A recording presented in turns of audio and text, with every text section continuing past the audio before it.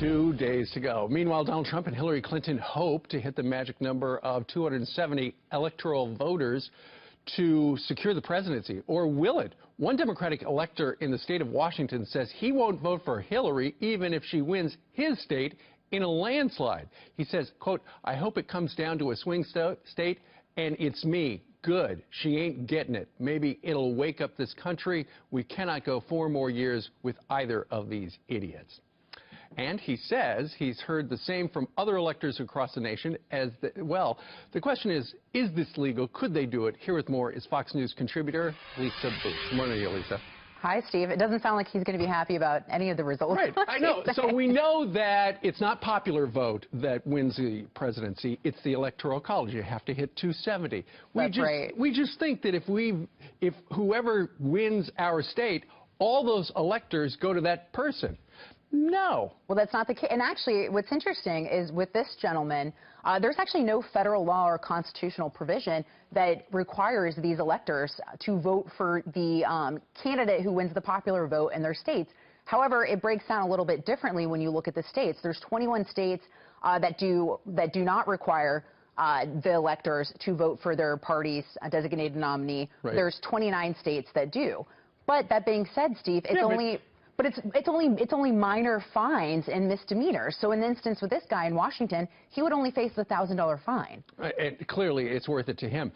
These people who can do whatever they want to, even though they are members of the Electoral College, they're called faithless electors. Throughout history, we got a graphic to show you. 71 of them have changed their minds because the original candidate, for instance, have died. 3 have chosen to abstain. 82 have changed due to personal initiative. And that's what this guy is talking about.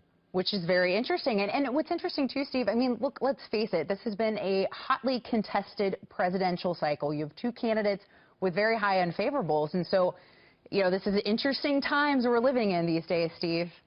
Okay, here's the thing. It's kind of a screwy setup, the way it is right now. I get the Electoral College. There are a lot of people who don't like it, think that the popular vote should determine the President of the United States. But then when you get into the subset of who these electors are and that they can change their mind, let's say my entire state went in a landslide for Hillary Clinton, and he's going to say, nope, I'm not going to be part of it. Maybe they should rethink this thing. It does, and I think this is obviously sort of a protest from this guy, both, I think, to the Electoral College and obviously to the candidates themselves. He was a Bernie Sanders supporter. So, right. And what's really interesting, Steve, if things come down to the wire on Tuesday night, which is where things are right now, you know, this could throw things off. So. Mm-hmm.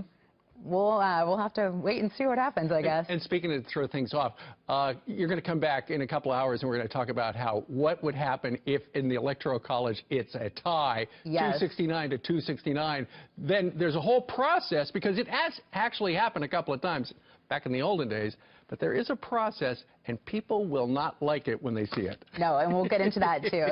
All right, Lisa, thank you very much. Thank you, Steve. Good to have you.